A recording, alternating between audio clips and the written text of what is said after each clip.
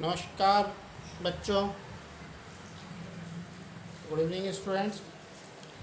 Today we are going to start some multiple choice questions of alcohol, phenol and ethers.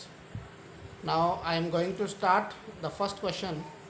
The first question is the general molecular formula which represent the homologous series of alkanols. ये थोड़ा सा questions delete हो गया है तो आप देख लीजिए. क्वेश्चन मैं बोल देता हूँ, आप लिख लेना. The general molecular formula which represent the homologous series of alkanol. Alkanol का मतलब होता है जो हमारा एल्कोहल होता है उसको एल्केनॉल बोलते हैं. तो स्टूडेंट्स इसका आंसर जो है CnH2nO होगा. फॉर एग्जांपल अपन को एथेनॉल का फॉर्मूला याद है तो CH3CH2OH होता है. तो कार्बन के नंबर इसके अंदर कितने हैं? 2. और हाइड्रोजन कितने हैं इसके अंदर? 6. तो Cn मतलब 3 का दुगुना CH3CH2OH. तो हाइड्रोजन जो हो रहे हैं इसके अंदर कितने हो रहे हैं?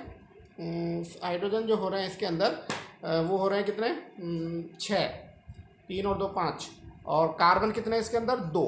तो देखो इसके अंदर जनरली हाइड्रोजन जो है कार्बन के दुगने में जो है 2 जोड़ रहे हैं अपन, तो हमारे पास में अल्कोहल बन के आ रहा है. तो इसका ऑप्शन जो होगा वो ऑप्शन आंसर नंबर 1 होगा. इसका आंसर CnH2n+2 और O. देख लीजिए CH3CH2OH से आप लोग निकाल सकते हो. अगला क्वेश्चन है विच of the following will produce only one product on the reduction of LiLH4.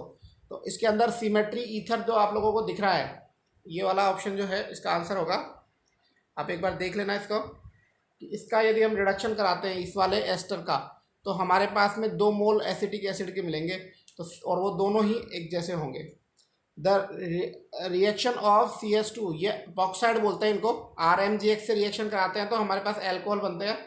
इसमें जो हमारे पास में आंसर आएगा वो अब आंसर जो है ये वाला ऑप्शन रहेगा D, RCH2CH2OH. ये आपके सिलेबस में नहीं है लेकिन फिर भी आप देख लीजिए, क्योंकि यदि मान लो इसकी RMGX से रिएक्शन कराते हैं तो एक ऑक्सीजन पे तो जुड़ जाएगा MgX और R जो जुड़ जाएगा CH2 पे, RCH2CH2OMgX जुड़ जाएगा.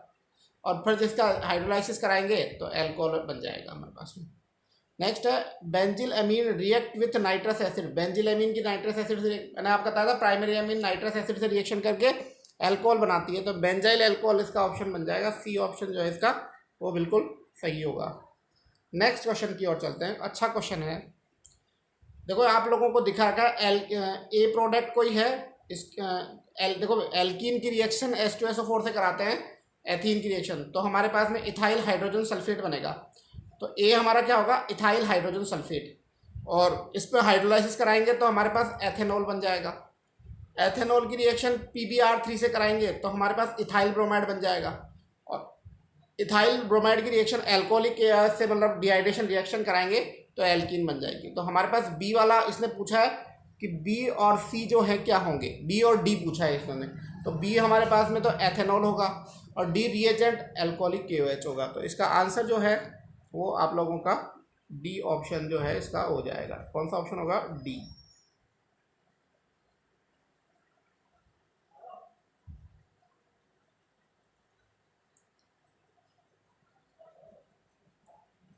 इसका डी ऑप्शन जो है वो हो जाएगा. D option. अगला क्वेश्चन की ओर चलते हैं हम लोग. अगला क्वेश्चन है, देखिए ये जो रिएक्शंस दिख रही है आप लोगों को, इस रिएक्शन में प्रोपाइल क्लोराइड की रिएक्शन जो है बेंजीन से. देखो प्रोपाइल क्लोराइड की रिएक्शन बेंजीन से कराते हैं तो हमारे पास में क्यूमीन का फॉर्मेशन होता है. और क्यूमीन की रिएक्शन जो है O2 और H2 से रिएक्शन कराते हैं तो ये क्यूमीन के द्वारा फिनोल का फॉर्मेशन हो गया. तो देखो यहाँ पे हमारे पास में C वाला ऑप्शन है जिसके अंदर फिनोल तो बन ही रहा है. तो Q क्या होगा हमारे पास में? Q हमारे पास में एसीटोन होगा और P हमारे पास में क्यूमीन होगी.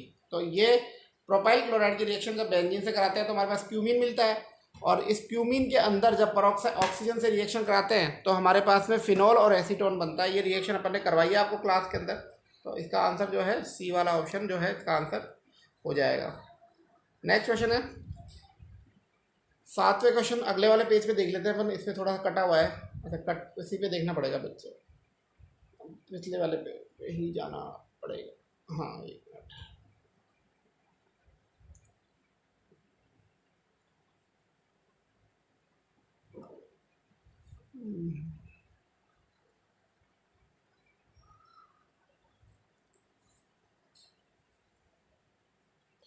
नेक्स्ट इसको इसी पेज पे देखना पड़ेगा अपन को। विच of the following is order of the acid strength is correct. तो देखो सबसे ज़्यादा फिनोल होगा, उसके बाद में वाटर जो है वाटर होगा, और उसके बाद में अल्कोहल होगा, और तो बी ऑप्शन जो है इसका सही आंसर होगा।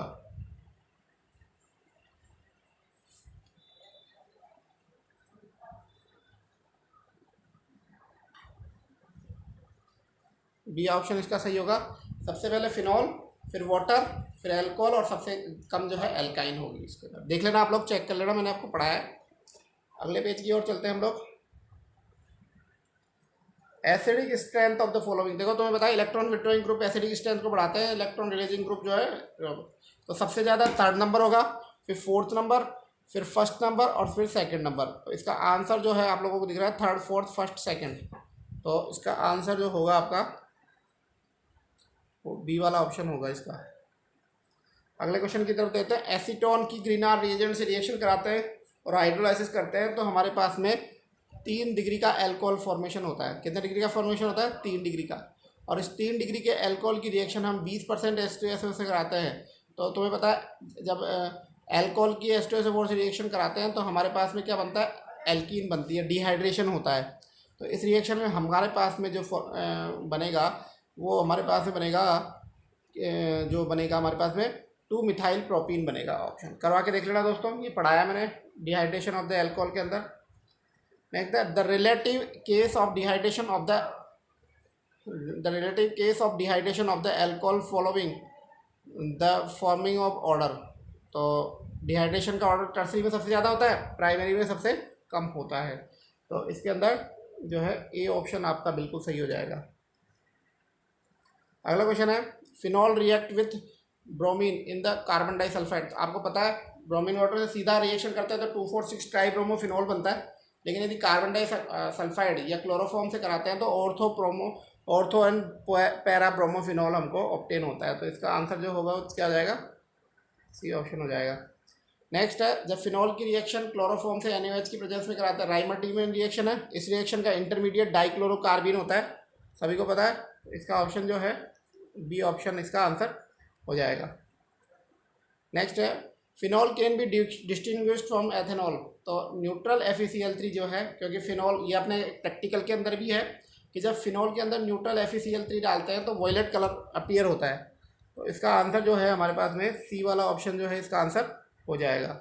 अगले क्वेश्चन में when ethanol is heated with HI, कि एथेनॉल को जब HI से करते हैं तो हमारे पास में क्या बनता है? तो एथेनॉल की रिएक्शन HI से कराते हैं तो हमारे पास इथाइल आयोडाइड का फॉर्मेशन होता है। इसमें ए वाला ऑप्शन जो है इसका। नेक्स्ट पेज की तरफ चलते हैं। देखिए ये तो हमारा हो गया 13, ये भी हो गया हमारा, ये पेज वापस आ गया थोड़ा सा। ये हो गया product obtain when HI is react with isopropyl. ये जीसाल मेथड है। तो इसमें अंदर हमको आइसोप्रोपाइल मिथाइल से रिएक्शन करानी है। आइसोप्रोपाइल सी पे CH3 आइसोप्रोपाइल का फॉर्मूला होता है C पे CH3 और CH आइसोप्रोपाइल मिथाइल ईथर। तो मिथाइल पे तो लग जाएगा आयोडाइड और आइसोप्रोपाइल पे लग जाएगा अल्कोहल। तो आइसोप्रोपाइल अल्कोहल मिथाइल आयोडाइड का फॉर्मेशन होगा। तो बी ऑप्शन इसका सही है। आपको जीसल मेथड पढ़ाया मैंने, उसमें से आप इसको चेक कर लेना इसका answer. An ether is more volatile and alcohol तो इसका कारण जो होता है अल्कोहल इंटरमोलिकुलर हाइड्रोजन बॉन्डिंग बना लेते हैं। इस वजह से अल्कोहल का जो है बॉइलिंग पॉइंट ज़्यादा होता है ईथर से। नेक्स्ट है देखो ये ईथर दिया हुआ है, इथाइल मिथाइल ईथर, और ये जो हमारे पास में ईथर दिखा है ब्यूटाइल मिथाइल ईथर। तो पहले वाले ऑप्शन के अंदर तो हमारे पास में ऑप्शन जो है मिथाइल आयोडाइड और एथेनॉल बनेगा, और दूसरे वाले ऑप्शन के अंदर हमारे पास में ब्यूटाइल आयोडाइड और ये बनेगा। तो ऑप्शन ए है। ये भी जीसल मेथड से क्वेश्चन आया है, आप लोग जीसल मेथड पढ़ा दिया मैंने, इसको चेक कर लेना आप लोग। लास्ट क्वेश्चन की ओर चलते हैं। Which of the following product exposed to air and light. तो ये इसका ऑप्शन फर्स्ट हो जाएगा। ये आपके सिलेबस से नहीं है लेकिन मैं करवा देता हूँ इसको। तो ये मैंने कुछ इंपॉर्टेंट क्वेश्चंस आप लोगों को करवाएं। आप लोगों को यदि ये वीडियो पसंद आया तो लाइक करें, शेयर करें। धन्यवाद दोस्तों।